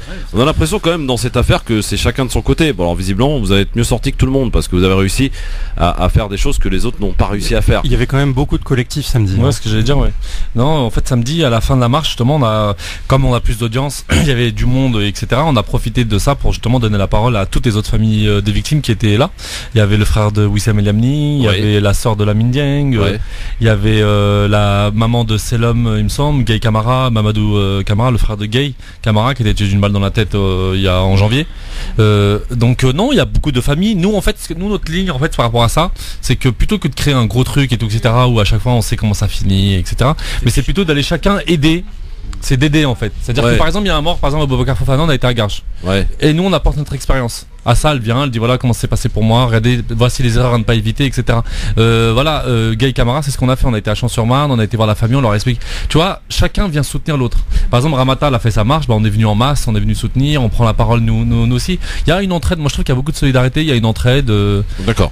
Alors, Assa Traoré qui a fait une lettre qui a été publiée par le Nouvel Obs, c'est ça? Ouais, Nouvel Obs. À Emmanuel Macron, elle interpelle le président de la République, je n'ose pas imaginer qu'elle a une réponse. Non, il n'y a pas eu de réponse. Hein. Il n'y a pas eu de réponse, mais par contre ça a bien tourné. Damien, ça a bien buzzé. Tu y étais à cette marche pour Adama à Beaumont-sur-Oise. Par rapport à ce que tu as vu, à cette effervescence de ce public qui était là, nombreux, de ces syndicats, de ces politiques aussi qui auraient répondu présents, comment tu vois de quel œil tu vois justement cette action menée par le comité? Magnifique, brillant et très positif. Franchement, tu sais Christophe, quand tu t'engages dans l'activisme ou que tu participes à des luttes civiques pour la justice sociale, régulièrement on te demande d'aller à des manifestations et tu sais pas trop à quoi ça sert. Parce que c'est toujours le même problème, c'est qu'on appelle à une mobilisation et derrière il n'y a rien. Et là, le vrai plaisir qu'il y a, c'est qu'avec le collectif Justice pour Adama et les autres collectifs qui travaillent avec eux, c'est que ces marches et plus des manifestations ont un sens parce qu'on construit une histoire autour de chaque marche pour lui donner du sens et surtout, cette marche appelle à une autre action. Donc c'est très positif parce qu'en fait, ils ont choisi de se mettre dans le temps long en fait et pas tomber dans le diktat de l'immédiat. Ce qui est souvent le défaut de beaucoup de collectifs. Et parce qu'on est dans le temps long, on est dans une construction lente, progressive, on est sur quelque chose de solide, ce qu'on appelle aussi la théorie du changement. C'est-à-dire qu'il va y avoir des phases dans cette lutte, et chaque phase est millimétrée en fait, et va appeler à une autre action. Et donc, on n'est pas dans l'inutilité. Et cette marche, elle avait beaucoup de sens parce qu'elle a permis de faire venir des gens qui n'étaient pas engagés dans la lutte et qui, grâce à cette marche et au dialogue qu'il y a eu en fait à la fin sur scène et ceux qui sont venus raconter leur histoire, le collectif a gagné des alliés. Parce qu'aujourd'hui, le principal problème, c'est que dans la lutte contre les violences policières, les concernés sont seuls. Et tant qu'ils sont seuls et qu'ils n'ont pas d'alliés, ils ne pourront pas aller plus loin. Et de voir des postiers tenir une affiche Justice pour Adama, c'était historique. Je me suis retrouvé en fait là dans cette marche à Selma en 64. Selma, c'est l'histoire d'un pasteur qui s'appelle Martin Luther King. On l'appelle pour lutter contre les violences policières pour le coup. Et il se rend compte qu'il est en difficulté parce que sur le coup, il n'y a que des concernés et ces concernés n'ont pas la voix. Et il fait un pari fou avec ces concernés. Il décide de traverser un pont où les policiers les attendent et ils se font tabasser. Et à la suite de ce tabassage, des gens avaient filmé.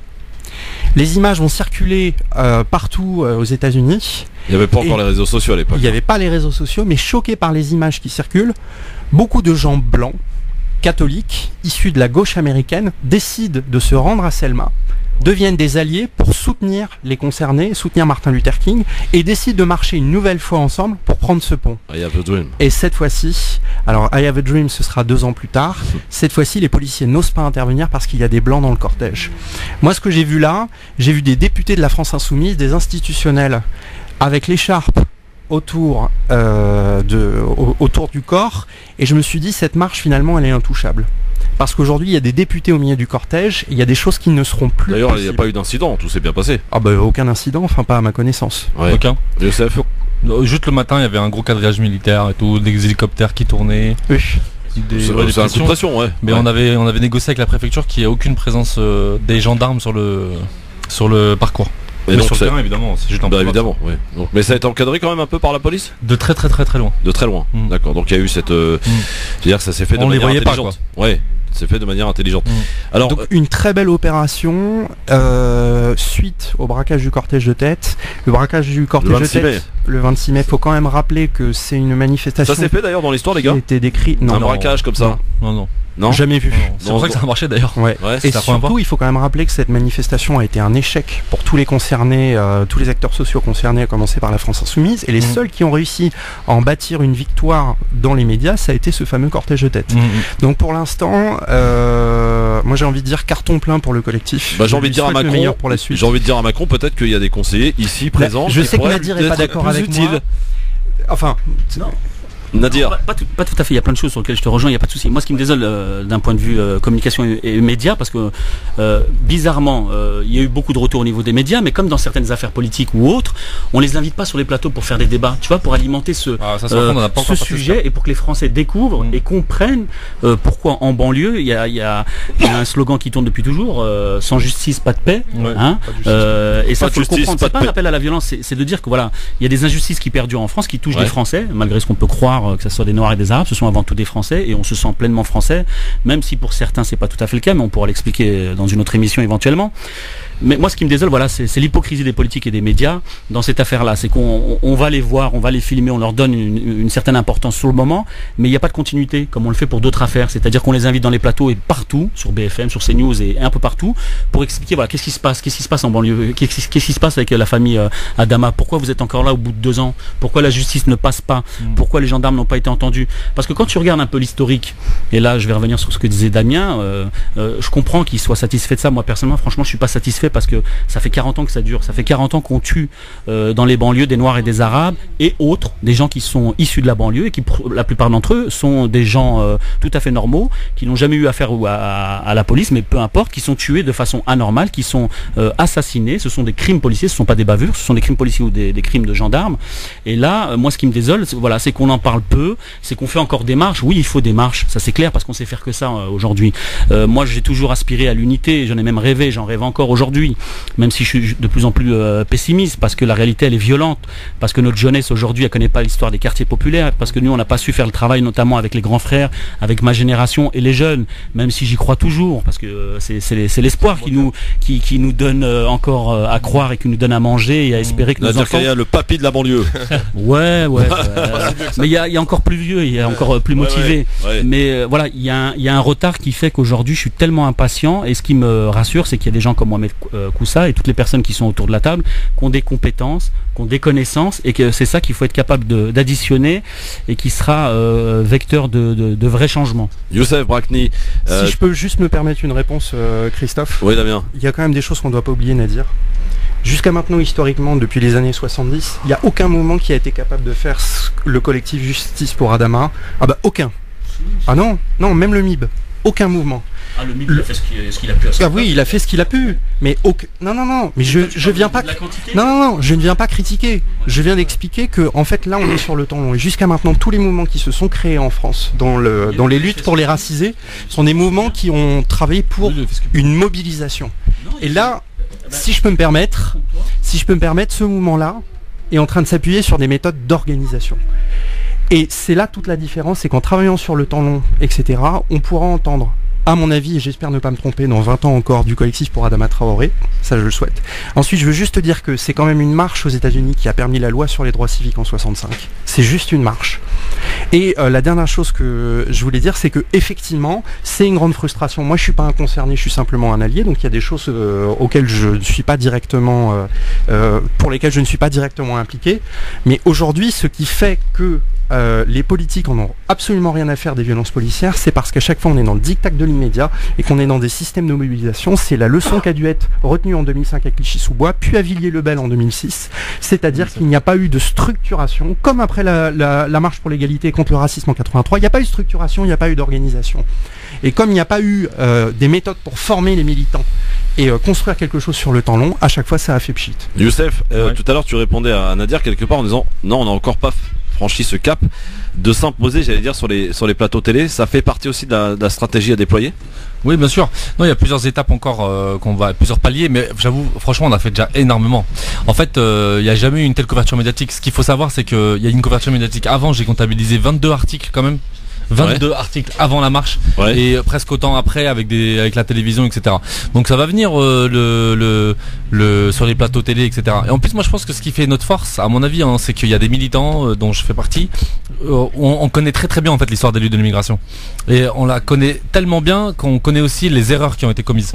Et qu'en fait, je sais, enfin moi et d'autres, j'évite de trop personnaliser, mais on sait exactement quelle erreur à ne pas reproduire. Quelle erreur a été commise par le MIB, par le mouvement des travailleurs arabes, par la marche pour l'égalité comme ça a été dit, par ensuite le FSQP comme ça a été évoqué, FCP aussi, il y a eu plein de trucs qui ont été créés. Et franchement, moi j'ai essayé de prendre la synthèse de tout ça j'ai parlé avec beaucoup de militants, notamment des anciens vraiment du MIB et du MTA, et je pense qu'on a réussi à créer une synthèse, un équilibre qui fait qu'aujourd'hui ça marche vraiment, en s'appuyant sur les manquements ou les erreurs. Je peux me permettre, Christophe? Oui, Maïssa. Parce que j'écoute là, mais en fait, il y a autre chose aussi par rapport donc à l'histoire d'Adama Traoré, c'est que clairement, la justice s'est acharnée sur la famille. Donc du coup, ils peuvent pas lâcher l'affaire. C'est-à-dire, ils sont obligés d'être aussi conséquents, d'être aussi présents. Il y a le phénomène réseaux sociaux aussi, mais aussi autre chose par rapport aux autres familles, c'est qu'il y a des familles qui ont besoin aussi de lâcher l'affaire pour faire leur deuil. Ouais. Parce que c'est difficile dans une famille d'être tout le temps, confronté justement à des refus, à des procédures judiciaires injustes, à plein de choses qui font que, parce que c'est pas seulement le fait, la mauvaise volonté des autres mouvements, c'est juste qu'il y a les familles à un moment qui disent bon écoutez, là on a vraiment besoin de faire notre deuil, on a besoin de passer à autre chose, laissez-nous tranquilles. Là en l'occurrence, hélas pour la famille Traoré, il y a d'autres personnes qui sont emprisonnées, il y en a d'autres qui sont en garde à vue, il y en a d'autres qui passent en justice. 5 frères. Ça s'arrête plus en fait, donc ils sont obligés de maintenir en fait la pression. Finalement la pression et de continuer. Mais je sais, enfin j'espère vraiment que ça va porter ses fruits et que finalement la balance de l'injustice va ramener quelque chose de fructueux au niveau de la justice et tout ça, mais là c'est trop en fait. Une marche à Paris est prévue ou pas, Youssef? Oui, non? Oui. C'est dans la boîte. C'est dans la boîte. Très bien. Dans un instant, notre champion du monde est là, il est resté bien silencieux à l'écoute de tout ce qui s'est dit. Mohamed Koussa, il est champion du monde de lecture rapide. Qu'est-ce que c'est? Eh bien vous le saurez dans un instant, ne bougez pas. LGF, le grand forum avec nos deux profs d'histoire, à savoir Youssef Brakni et Damien Charles, et également Nadir Kaya qui est avec nous, et notre invité, notre champion du monde. Donc on va s'intéresser à lui. Mohamed Koussa, rebonsoir. Bonsoir. Bienvenue sur France Maghreb 2. Alors tu es champion du monde de lecture rapide. Alors là on a tous envie de savoir, mais qu'est-ce que c'est que cette lecture rapide? En quoi ça consiste? Alors la lecture rapide en fait c'est prendre un livre et faire un 100 mètres dans un stade et lire le plus vite possible. Ah d'accord, donc c'est en cours, en lisant. Voilà, tout à fait. Non. C'est ça la lecture rapide. Blague à part. En fait c'est un ensemble de processus qui sont liés à la vision, donc c'est le déplacement de l'œil, et le traitement de l'information par le cerveau. Tout simplement.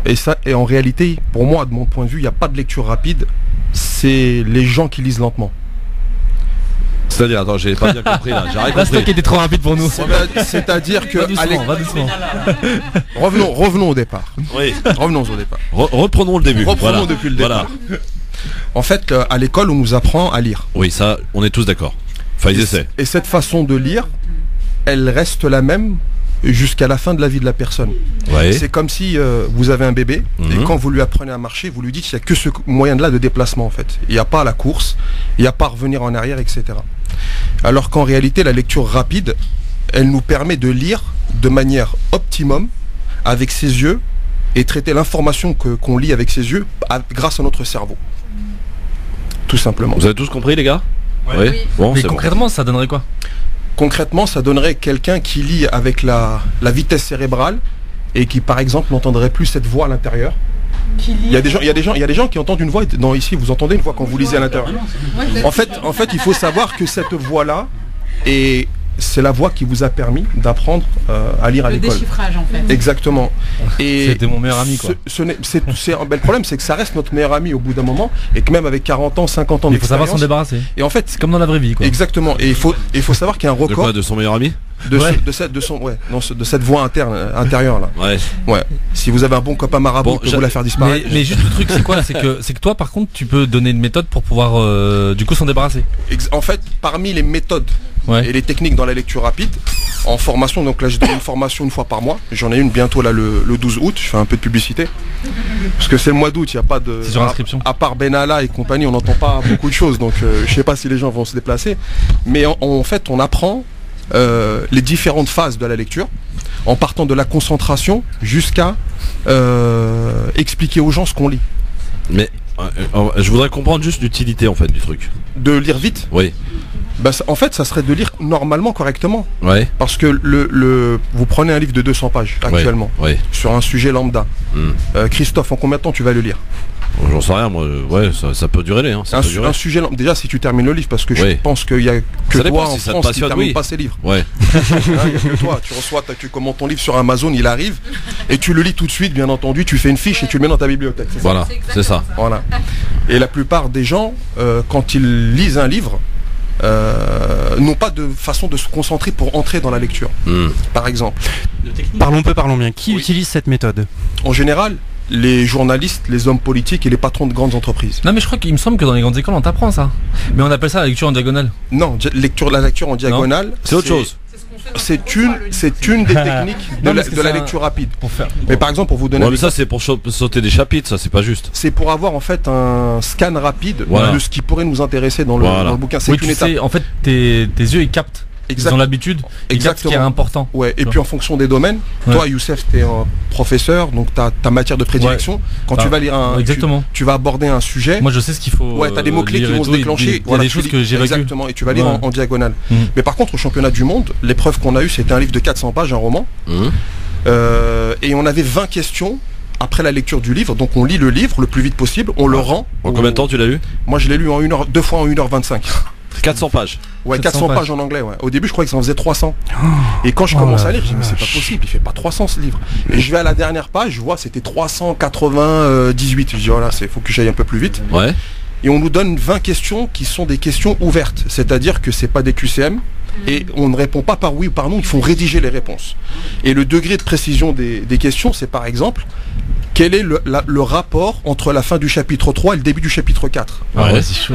Oh là là. Moi, il y a une question qui m'avait choqué. Super-héros en fait. Non, justement, c'est ça que je veux démystifier. Je suis pas un super-héros, pas du tout. Moi, je suis un petit gars de banlieue comme plein de petits gars, comme Adama. Ouais. Il aurait pu le devenir champion du monde, Adama. Ça, ou comme mes collègues de l'équipe de France qui viennent de devenir champion du monde, alors que moi j'ai l'expérience de champion du monde depuis le mois de décembre, donc s'ils veulent m'appeler pour que je leur donne des conseils, ils peuvent me contacter. Est-ce que toi aussi tu as un bagagiste? Un bagagiste? Oui, c'est du bagage culturel et intellectuel, mais après ça fait du mal à personne. Mais alors, tu nous disais une question qui t'a... Ouais, il y a une question qui, en fait, c'était quel est le style de chaussures que portait un des personnages quand il s'est fait agresser dans le parc. Ah ouais. C'est du détail en fait, et on a l'impression au moment où on nous pose la question, de pas savoir quoi répondre parce qu'on n'a pas d'éléments précis. Mais il faut savoir que quand on lit en conscient, là quand je vous parle, on est en conscient, vous m'écoutez, je parle, le cerveau utilise entre 5 et 20% de ses capacités en conscient.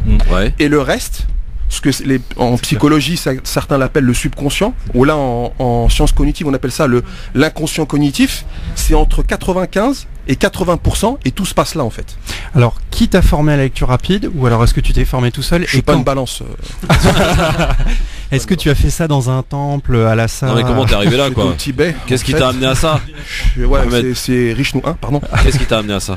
En fait, moi j'étais étudiant en histoire et toi aussi. Et Youssef et on est en force là. Hein. Voilà, ils savent très bien que quand vous avez un livre d'histoire romaine avec un vieux monsieur en costume, qu'est-ce que ça doit être chiant. C'est rude. Rien que la couverture, ça donne pas envie.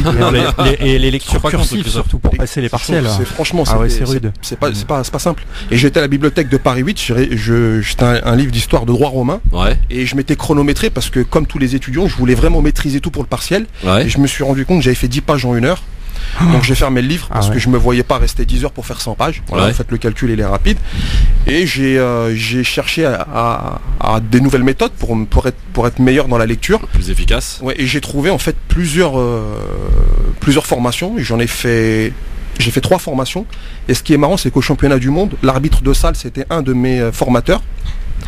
Il avait fait 3e en 2016 et que j'ai battu 2 de mes formateurs, un qui arrivait 4e et un qui arrivait 3e. Super. Alors, t'es un génie. Non, je suis pas un génie. Je suis un mec des quartiers populaires. Et justement, c'est pas un héros, c'est pas un génie. Non, je suis pas un héros dans le sens où bon, j'ai eu une histoire un peu particulière. T'es quand même algérien, quand même, on peut le dire. Ouais, je suis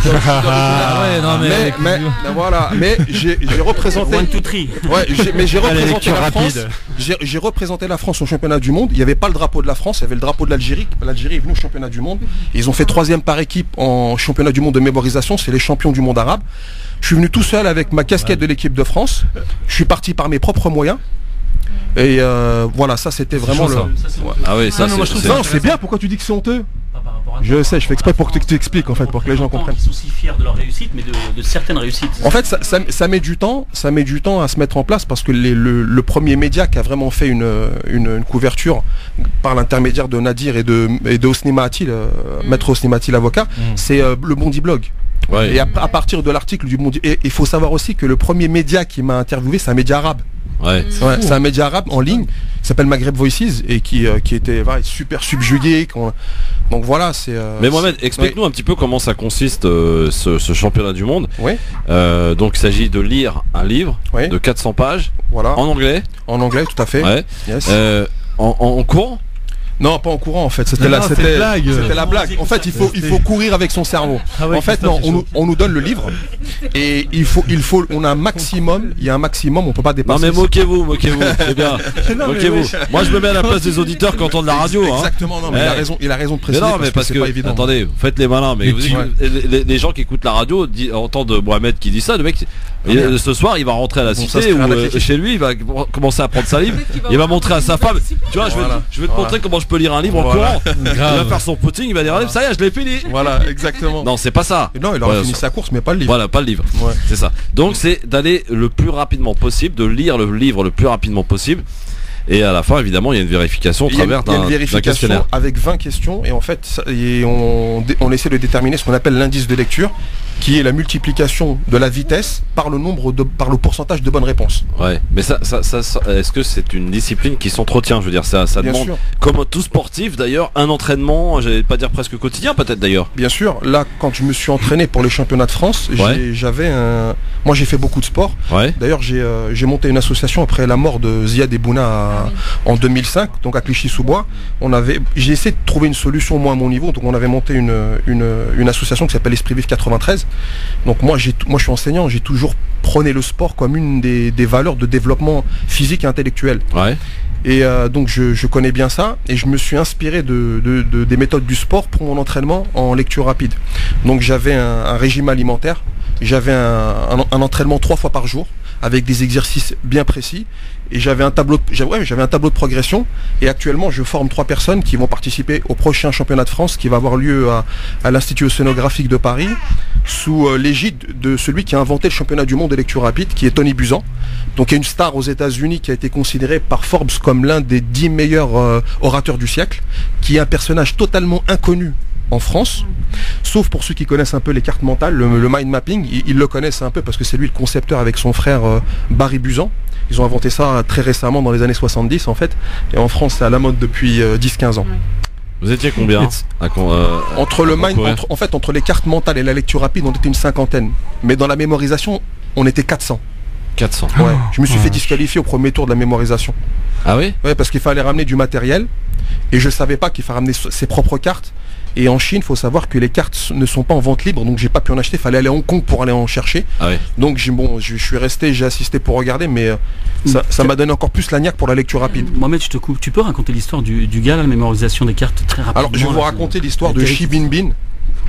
Xi Jinping, donc, qui est un Chinois donc. Qui est un Chinois il y a une épreuve au championnat du monde de mémorisation. Donc vous avez 10 épreuves de mémorisation et toutes tentent de déterminer des compétences de mémorisation spécifiques. Donc il y en a une qui consiste à enregistrer un jeu de 52 cartes en un temps record. Ouais. À votre avis, en combien de temps Xi Jinping a mémorisé le jeu de cartes dans l'ordre dans lequel on le lui a donné? 3 minutes. 3 minutes, qui dit plus, qui dit moins? 2 minutes moins. 2 minutes 50. 2 minutes 50. 1 minute 30 secondes. 13 secondes 9. 13 secondes 9. Purée. Et il faut savoir aussi qu'il y avait 2 filles qui étaient là, des jumelles de Mongolie. Il y a une épreuve qui est d'enregistrer et de mémoriser une suite de nombres binaires. Donc le nombre binaire, c'est des suites de 0, 1, 0. Alors ça peut être 0, 0, 1, 1, 1, 1. Il y en a une qui en a enregistré 5750. Elle est rentrée dans le livre des records. Elle a été accusée de triche. Donc le lendemain, il y a une juge, elle arrive, elle a dit tout de suite, vous allez m'écrire à la main les 200 premiers nombres de la suite que vous avez eu hier. Elle les a écrits. Ils sont restés dans sa mémoire. Ah ouais. Mais après c'est une gymnastique en fait. C'est une, bien sûr. C'est une gymnastique. Mais comme tu dis, c'est comme un sport. Mais cette gymnastique, il peut y avoir des prédispositions, mais rien ne remplace la discipline et le travail. Et souvent, les gens qui sont doués à la base, ils se reposent sur ces acquis, ils font pas d'efforts.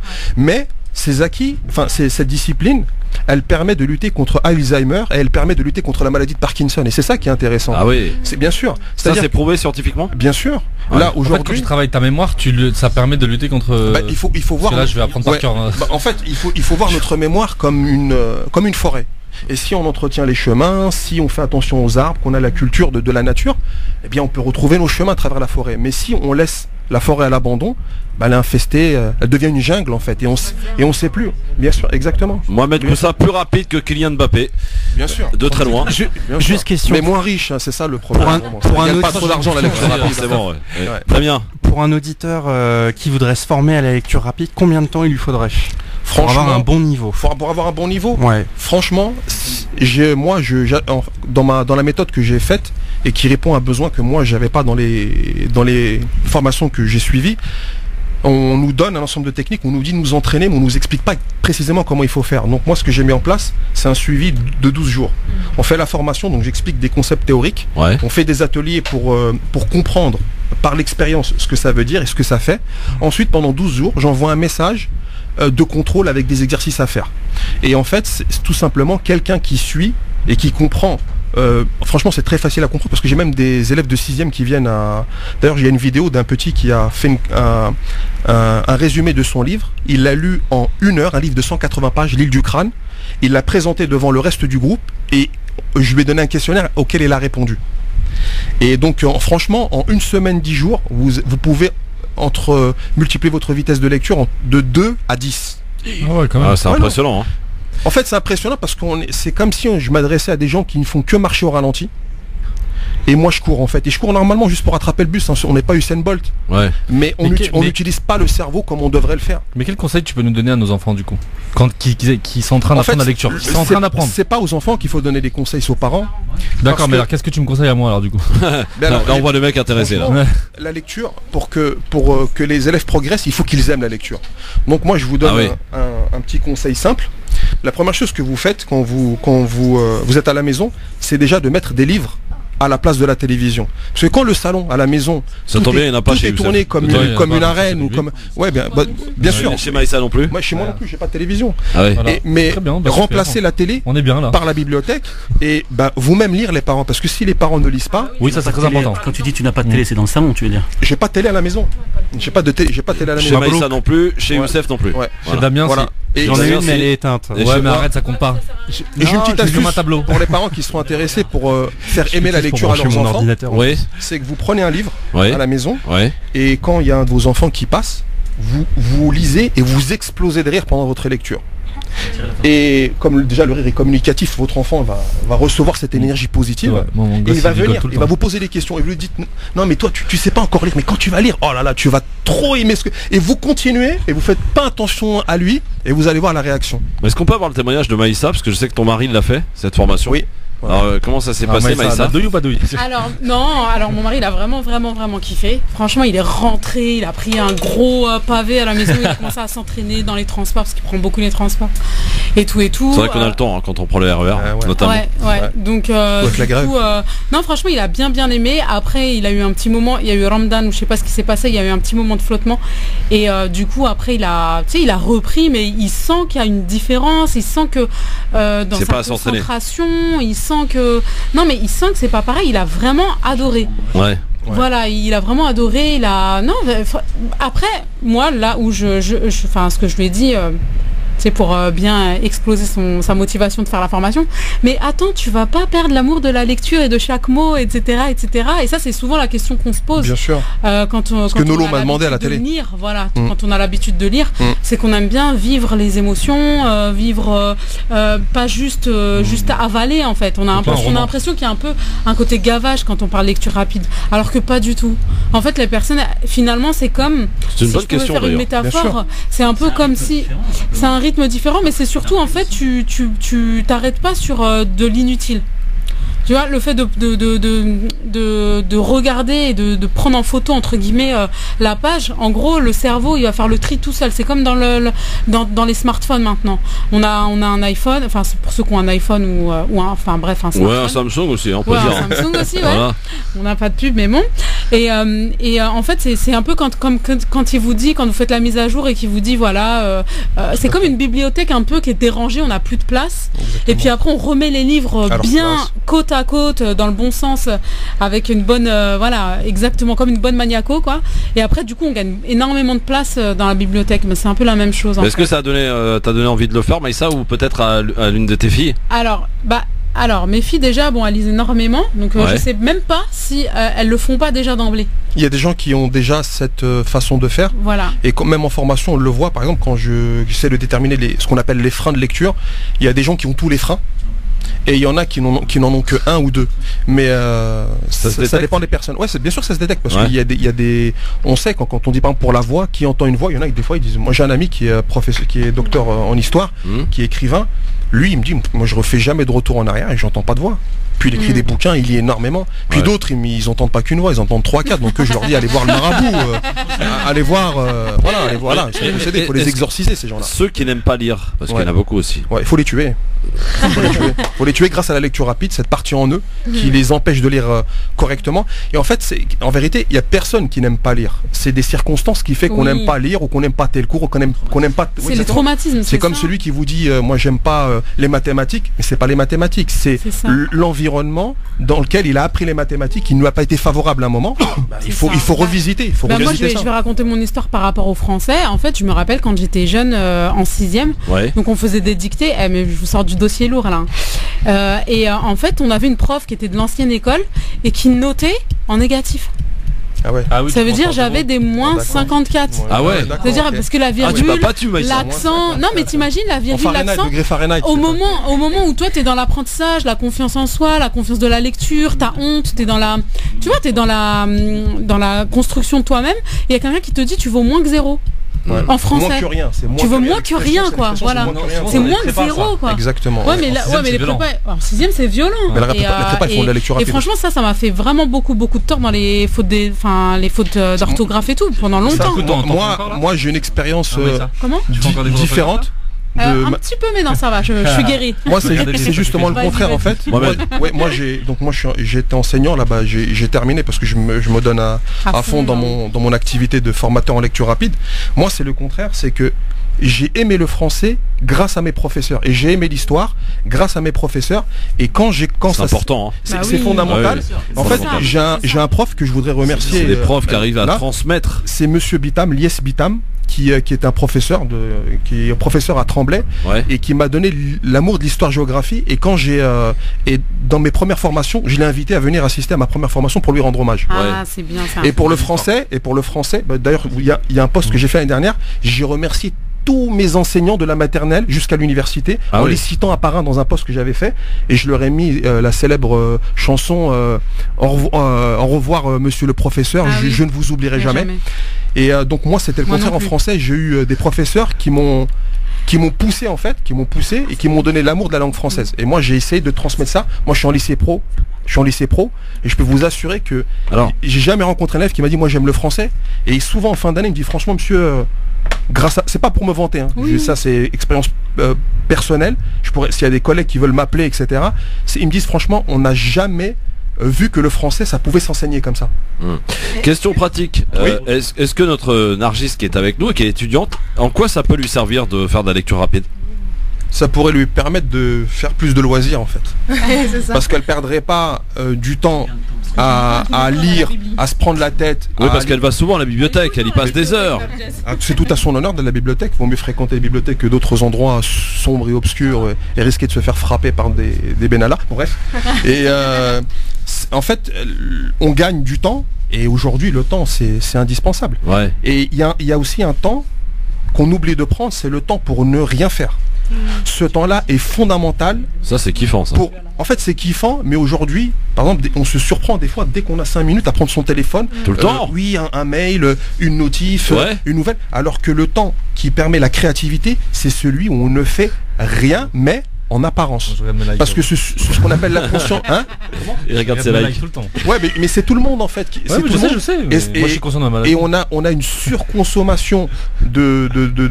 J'ai fait 30 likes. Ouais, non, c'est pour les enfants que c'est dramatique parce que nous on a connu la transition entre le avant quand on téléphonait chez un copain, c'était son père ou sa mère qui répondait. Ouais. Aujourd'hui, on peut exactement à la cabine. Et aujourd'hui, on a tous des smartphones, etc. On textote à mort. Même donc, WhatsApp maintenant a remplacé les messages. Bien sûr, on parle maintenant. Donc là, le truc c'est que, et ça c'est un livre que je conseille à tout le monde, moi qui a bouleversé ma vie, c'est TV Lobotomie de Michel Desmurget, il a rassemblé toutes les études sur la télévision et il dit bon, c'est spécialiste des neurosciences, hein. Ouais, spécialisé, docteur en neurosciences, qui a récupéré toutes les études des 30 dernières années au Japon, aux États-Unis, en Allemagne sur la télé. Et en fait, il dit que ce temps où on fait rien, où on s'embêterait, ce qu'on appelle nous l'ennui, il est fondamental dans la créativité. Et c'est là que les idées viennens en fait. Oui, en fait c'est quand tu t'ennuies. Exactement. Bien sûr, bien sûr. Donc moi je travaille 2-3 heures par jour. Et le reste du temps, je cultive. Non, je fous pas rien parce que je me suis rendu compte. Non, mais c'est que moi, je suis un geyser d'idées. J'ai des idées tout le temps. Mais avant, je le freinais parce que je contrôlais pas ça. Et maintenant, j'essaie de le cultiver en fait. Mohamed, on rappelle. 400 pages en combien? En 1h25. 1h25. Nargis qui veut dire quelque chose. Nargis. Il y a Asia qui veut dire quelque chose. Asia. Je commence vite fait. Dans quelle mesure la lecture rapide, ça peut aider à l'apprentissage d'autres langues? Enfin, est-ce que ça peut s'appliquer? Ça, on sent l'étudiante en LEA, ça. Hein. Moi, bien sûr, c'est une bonne question. Je suis en histoire, oui. Ah oui, c'est vrai. En fait, j'apprends l'arabe en fait. La meilleure, de toute manière, il y a pas photo. Le meilleur moyen d'apprendre une langue, c'est l'immersion. Ouais. C'est l'immersion. Ouais. Ensuite, moi, j'avais eu cette démarche. À un moment, je voulais apprendre une langue étrangère, et on avait fait un jeu avec un ami. C'est quand pendant une semaine, on a communiqué que dans cette langue. Ouais. On a parlé, c'est-à-dire on a changé nos téléphones, ils étaient dans cette langue-là. On regardait que des séries dans cette langue-là, et on s'appelait, on devait, hein, c'était l'arabe. C'est pas le kabyle, Nadir. Hein. Nabil, Dacho de vrai. Dacho. Eh ben, je vais faire une formation spéciale kabyle rapide pour Nadir. Ah, super. En plus, c'est super dur le kabyle. Mais tu parles de ça, Mohamed, tu parles de ça, mais la langue berbère est très compliquée, très difficile. Non, il y a comment ça, non? Elle est super rapide et compliquée. Il y a des sons à faire qui sont très durs. Non. Il n'y a rien qui est dur, c'est juste parce qu'on n'a pas encore appris à le faire. Mais on ne commence jamais un enseignement. Ouais. On commence jamais. C'est comme quand il y a quelqu'un qui va faire un métier. Tu dis, oh là là, mais tu sais, il y a tant d'années. Mais c'est toi, ça c'est. Non, mais si toi t'as mis 15 ans, c'est ton problème. Mais aujourd'hui, on est en 2018. Pub, les amis. Dans un instant, on est ça, c'est rapide. Il y a aussi Asia qui veut parler. Oui, Asia, elle va poser sa question dans un instant. On va conclure et puis on va surtout donner des indications aux auditrices et aux éditeurs qui souhaitent se rapprocher de toi et en savoir plus sur toi. Je suppose que dans les réseaux sociaux, etc., etc. À tout de suite. Avec plaisir. France Maghreb 2, France Maghreb 2. C'est juste passionnant. Notre invité, il est champion du monde de lecture rapide. Il s'appelle Mohamed Koussa. Il nous a expliqué, j'espère que vous n'avez pas loupé, et auquel cas, eh bien, vous pourrez écouter le podcast ce soir. Et il y a beaucoup de monde dans les studios, Youssef Brakni, Damien Charles, Nadir Kaya, Baïssa Leroy, Nargis, et la fille de Maïssa, Asia, a une question à te poser, Mohamed. Avec plaisir. Asia. En fait, c'est pas une question. Ah, ouais. Alors, c'est pas une question, ok, c'est quoi alors? Près du micro, vas-y, Asia. Il reste même pas 5 minutes. Sans te mettre de pression. Vas-y Asia, vas-y, tranquille. En fait, moi, je suis sage quand même. Hein. Oui, bien sûr, oui, c'était pas l'objet. En fait, ma mère, quand elle veut me punir, elle me dit que je vais pas à la bibliothèque. C'est une grande punition, c'est dur. Ah ouais, ça c'est pas... T'as quel âge, Asia, pardon, juste pour qu'on... J'ai 12 ans. 12 ans. Oui. Ah ouais. Vous en connaissez beaucoup les enfants comme ça? Moi j'en connais pas. Non, bah il y en a. Au contraire, c'est super. Ça me rappelle des souvenirs. Ouais, bien sûr. Mais elle te punit de bibliothèque. Donc déjà le mot de punition, il faut revenir dessus aussi parce que c'est pas. C'est trop. Ouais. Ta poucave. Et là je vois. Voilà, on va faire une petite pause. Tu iras à la bibliothèque plus tard. Mais non, mais c'est un moyen de pression. Mais dites-vous qu'il y en a qui, en fait, ils punissent leurs enfants de portables ou de choses qui ne rendent pas service et que une punition justement, c'est de montrer que c'est quelque chose de super positif et je t'en prive. Exactement. C'est montrer le côté. En fait, exactement. C'est de montrer. C'est un truc extraordinaire. Je te l'enlève. Comme un jouet ou un loisir qui pourrait faire très plaisir à quelqu'un. Priver quelqu'un de quelque chose qu'il aime, il vit ça comme une frustration. Et donc ça montre aussi l'importance. Moi, j'ai une technique aussi que je fais, et je le fais avec mes enfants, c'est des fois c'est interdit de lire. C'est interdit. Et vous ne lirez pas, et si vous voulez, allez jouer avec vos jeux, etc.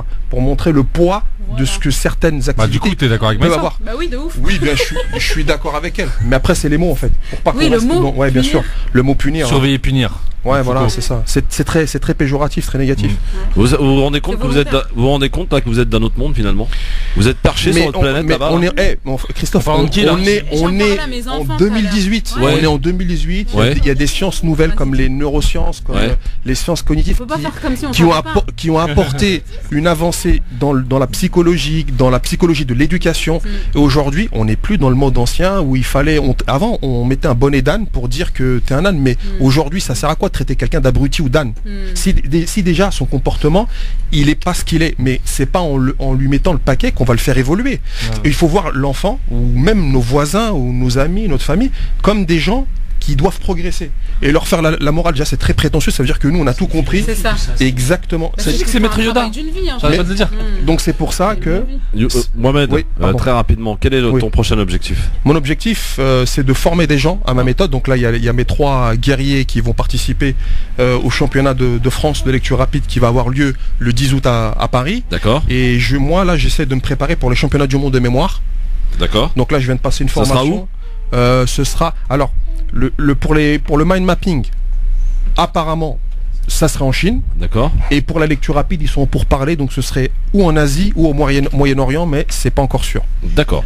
Est-ce qu'on peut te suivre? Non, en France. Oui, on peut me suivre. On peut te suivre sur les réseaux sociaux. Alors donne-nous tout là, parce que les autres. Alors j'ai mon site internet MK Academy avec un Y academy.net. MK Academy. Ouais, mkacademy.net. Ouais. Et donc sinon j'ai mon compte Facebook Mohamed Koussa, vous tapez Mohamed Koussa lecture, j'ai ma chaîne YouTube où vous avez des exemples de gens qui ont lu des livres dans une séance en 1 heure, qui ont fait une carte mentale et qui ont présenté leurs livres et qui se pensaient incapables de faire ça et qui ils se sont dit mais c'est impossible de parler d'un livre qu'on a lu qu'en 1 heure, et on leur posait des questions et il fallait les arrêter parce que le temps il tournait, ils voulaient encore en parler. Est-ce que BFM t'ont invité? BFM, non, c'est pour ça que je vais mettre un casque et je vais aller frapper des gens dans la rue et me déguiser en un certain, en Alexandre B. Déguiser en Mohamed tout simplement. Non, je vais me déguiser en Mohamed. T'as pas besoin de te déguiser, c'est bon. Voilà, c'est ça. T'as le profil. Alexandre, on a quand même essayé de trouver des petites origines. Voilà. Sinon, non mais ça veut dire qu'aujourd'hui, ces médias n'ont pas trouvé l'aspect positif de montrer aussi ce qui se passe en banlieue. C'est pas que des voitures brûlées en banlieue. Il y a aussi Mohamed Koussa. Bien sûr, il y a Mohamed Koussa. Il y en a plein. En fait, c'est soit on casse des voitures, soit on est Kylian Mbappé. Mais il faut savoir que des Mohamed Koussa ou des Mbappé, il y en a plein. Que les quartiers populaires, ce sont des viviers. Oui, ça veut dire ça dépend. Mais c'est un vivier de potentiel c'est comme des graines. Il faut les arroser avec la bonne moment. Oui, bien sûr. J'ai une dernière question. Rapide. Mais la dernière. Après, voilà. Jusqu'à maintenant, t'as formé combien de personnes? Ouais, j'ai dû former. Franchement, j'ai animé des ateliers pendant 1 an et demi et je fais les formations depuis le mois de septembre. J'ai dû former 250 personnes, je pense. Ah ouais, c'est quand même pas mal. Ouais, bien sûr. Par contre, petite armée. Le mot bordel, Medjed, n'est pas de circonstance dans cette émission. Pardon. On entend tout Medjed. Ouais, parce que Medjed arrive comme ça, il commence à dire le bordel là-dedans. Non mais bravo. Bon, eh bien merci beaucoup en tout cas Mohamed. Je vous en prie, merci de m'avoir reçu. Là, tu m'as remis sur le je reviendrai avec plaisir. Ah ben grand bien, volontiers. T'es chez toi ici. C'est gentil, merci. Dès lors qu'il y a des gens qu'on kiffe, ils sont les bienvenus ici. Merci, c'est gentil. Qu'est-ce qu'il y a de bien? J'ai juste une dédicace à faire parce qu'on a 2 nouveaux auditeurs. Et j'espère qu'on n'en a pas que 2. Non, mais pour le coup, je suis très fier. La première s'appelle Astir, elle est créatrice de mode. Et cet après-midi, elle avait un peu de temps, donc elle m'a dit je vais écouter France Maghreb 2. J'espère qu'elle a été. Et marhaba bik Astir et marhaba bikoum kulli Lubnani. Et merci à Alric aussi, qui est business analyst et qui m'a dit cet après-midi j'écoute France Maghreb 2. Voilà. Très bien. Et il y en a plein d'autres évidemment. Ouais. Youssef Brakni, merci et bonnes vacances. Super, on va essayer. Ouais. Nadir Kaya, tu repasses la semaine prochaine? Je vais réfléchir. Non, ce mot, le réfléchir, non, ne me va pas du tout. Évidemment, on est encore là la semaine prochaine pour celles et ceux qui souhaitent venir. On est là, évidemment, toute la semaine prochaine. Maïssa, on te voit vendredi. Oui, vendredi. Avec Nargis aussi. Nargis, voilà. Toutes les deux. Alors, on va parler des sujets un peu plus légers, hein, je vous l'accorde, hein, c'est les vacances. Après, en fonction de ce qui se passe aussi. Oui, oui, absolument. Mais on verra ça d'un œil un peu différent. Merci Mohamed en tout cas d'être venu. Merci à vous de m'avoir accueilli, c'est gentil. Qui veut dire un truc. Qui? Tesnim, c'est une autre fille de Maïssa. Voilà. On est venu en équipe. Ah oui, Tesnim. En fait, à l'école. Oui. Il y a les filles de ma classe, elles me disent oui, mais il y a ça et ça se passe à la télé. Et je dis mais je connais pas. Oh, mais tu connais pas ça. Bah non, j'ai pas de télé chez moi. Oh, mais t'arrives à vivre.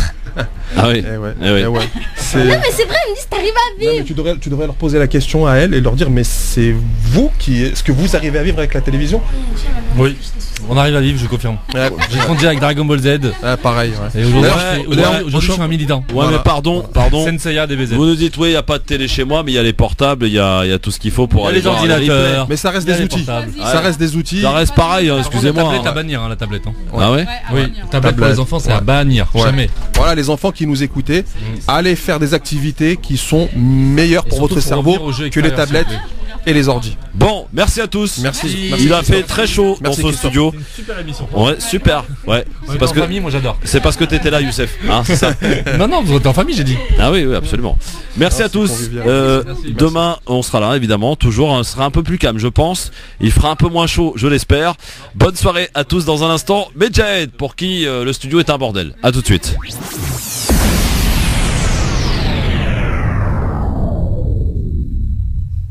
Le rappel de l'actualité de ce mercredi soir, c'est avec Marine Garel pour le Flash. Bonsoir Marine. Bonsoir à tous. En Grèce, 3 jours de deuil national. Les drapeaux en berne jusqu'à vendredi. Après les incendies dans la région d'Athènes, au moins 79 morts, principalement à Mati et Rafina, station balnéaire à une trentaine de kilomètres de la capitale. Ce sont les incendies les plus meurtriers dans le pays depuis 40 ans.